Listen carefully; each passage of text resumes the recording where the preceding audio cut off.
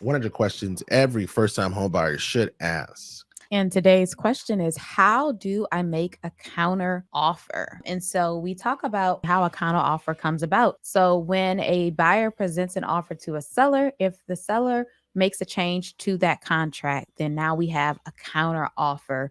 Also, when any party, the receiving party, makes a change to the contract, we have a counter offer situation. So, and today we're going to talk about a buyer making a counter offer. So with a counter offer, you must know that as soon as the counter offer that's a new offer altogether. So I know we use the word counter offer.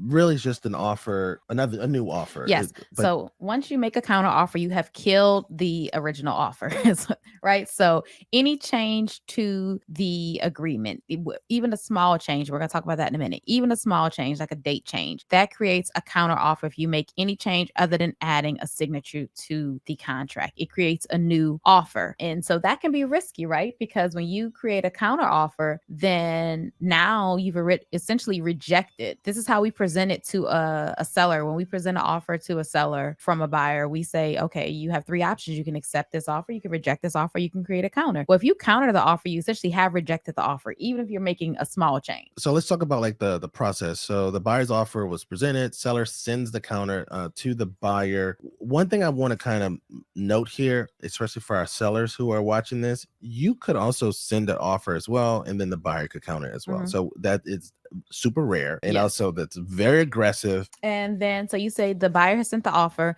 now the seller sent an counter. And so in this scenario, we actually had this happen when the market slowed a little, because we're not seeing a lot of counter offers right now. But in the fall, when the market was a little bit slower, there were few more, there's a little bit more negotiation time. So we had a buyer who presented an offer to a seller. They're actually asking for closing cost assistance in the amount of $15,000. The seller thought that was a bit much, so they came back and countered our clients and offered them $5,000 in closing cost assistance. And based upon the numbers, our clients felt like they were in a good position. There were other properties they were interested in, so they didn't feel the pressure to accept that counter offer. So they wanted to present a second counter offer to the listing agent saying that, you know what, how about we split the difference, $7,500 in closing cost assistance, right? So you're going back and forth. So when the buyer submits the counter offer to the seller, we're now on the third offer of that transaction. It's funny how counter offers work, because sometimes clients will think that they can go back to the original offer. So they'll think that, okay, great. In this scenario, the seller made a counter offer to our buyer. And oftentimes the buyer, if they believe that the offer was, fair, they will be upset with the counter offer. And again, it really does depend on the market. The market you're in is always going to determine the type of offer you write and how aggressive you can be on either side. If you're a seller and homes are flying off the market, you don't have to give it, you don't have to feel like you give anything in if you know that there are other people, if you just wait a few days. And for our buyers, when a property's been on the market for a little while, or even when the numbers just support it, which was the case, actually both items, both things were the case in this situation. The property had been on the market for over 30 days. And also the comp supported the number that our clients were presenting in that scenario. When you receive a counter from a seller, there are a few things you should keep in mind. If the seller is countering your offer, that means that they take you seriously as a buyer, because they wouldn't waste their time responding to your offer at all if they didn't think that they could come to terms with you. Yes, it's almost like a little dance, right? So it's like you go first, I go second, right? And if the seller is even willing to entertain responding, then that means that they are negotiable. So now it's time to come to a solution that works for both individuals. Yes. So they want to come to an agreement. You can tell because they reached out. They didn't just outright reject, because we have had offers rejected before, right? In this scenario, the seller has said, okay, I can't agree to everything you asked for. These are the things I want to change. Everything else remains the same, but let's change these one or two items.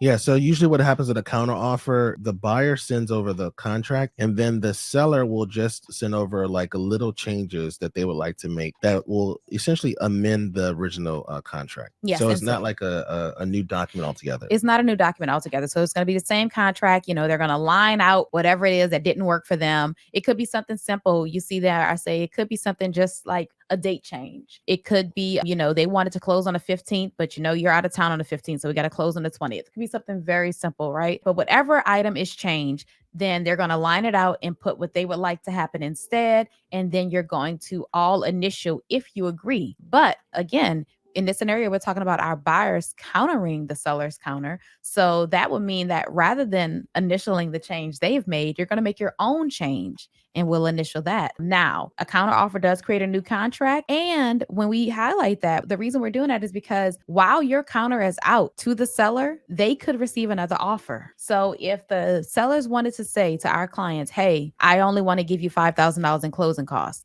And then our client sent over a counter that says, you know what, we'll take $7,500 in closing costs and let's split the difference. Well, in between that time of us receiving the seller's counter and them signing the counter that we send back, there is nothing but space and opportunity for another buyer to come in and make an offer on that property. We actually had this happen last year where we were in negotiation, like a verbal negotiation with a listing agent. So we were representing the buy side, and it was a multiple offer situation. Our client had the highest offer on the table, or at least they had the offer that the seller wanted to take.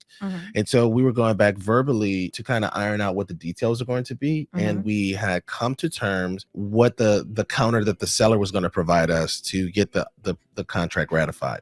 While we were negotiating, a buyer submitted another offer that was much higher than our offer, and they went with that offer. Right. So our client lost out because of the very fact that once a counter is initiated, it's still open. Like the property is still available. Yes. As long as you haven't come to terms and come to an agreement and everyone has signed, then that means that someone could swoop right in. And so that is why it's important to, if you go back where I say housekeeping items can wait, housekeeping items can wait. And when I talk about that, or when I say that, I mean that if somebody's last name is misspelled, if the blinds convey and we mark that it didn't, and we've already heard verbally that the seller is okay with you keeping the blinds, well, we can go ahead and we can wait a day. Let's get ratified. Let's not go back and forth about something small that we can change with an amendment after we're ratified. I'm much more aggressive when it comes to housekeeping items. I consider everything housekeeping except the price. As soon as the seller gives us a counter offer, my initial reaction is to try to get my client to sign that document, and then we will negotiate any other terms after we have ratified. Because we have a couple contingencies usually in all of our contracts. Either we have the HOA contingency or the home inspection contingency, which allows us to get out of the contract. Because we know we can cancel the contract due to these items, the seller still has to be open and flexible to any requests that we make. So the negotiation process still is happening, even though we've quote unquote ratified. So that's why housekeeping items, sometimes we can have clients who are sticklers, like, my name was misspelled or the street was wrong. If it's something small, if it's a housekeeping item that doesn't change the terms of the contract, go ahead and sign it so that we can get under contract before another buyer comes in and swoops in. Now, the next part we have here is going to be a few tips that we had from the book, and we're going to talk about how some of those tips don't apply to us. So one of the tips that was included was including an offer deadline.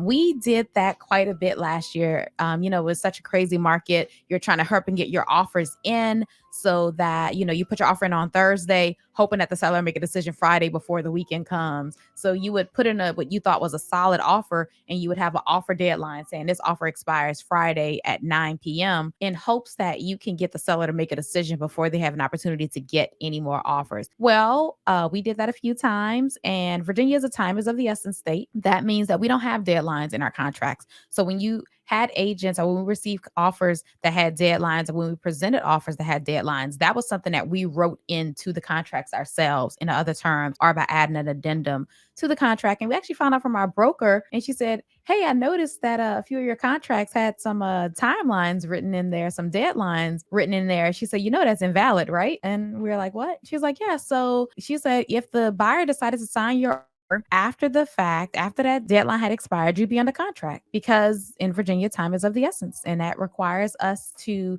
present offers in a timely manner, respond in a timely manner. And so if you wanted to cancel your offer at a certain time, essentially you'd have to send another signed document from your client saying that the offers are rescinded rather than issuing a deadline. So you can definitely let the seller know that, we're going to cancel this offer at a certain time if we don't hear back from you, but we cannot have offer deadlines in our contracts here. Now, I will say agents are still doing this deadline strategy, and I don't think that enough people know that they can still go into contract even with a deadline. So we try to protect our clients as best as we can. So that's something that we do not do.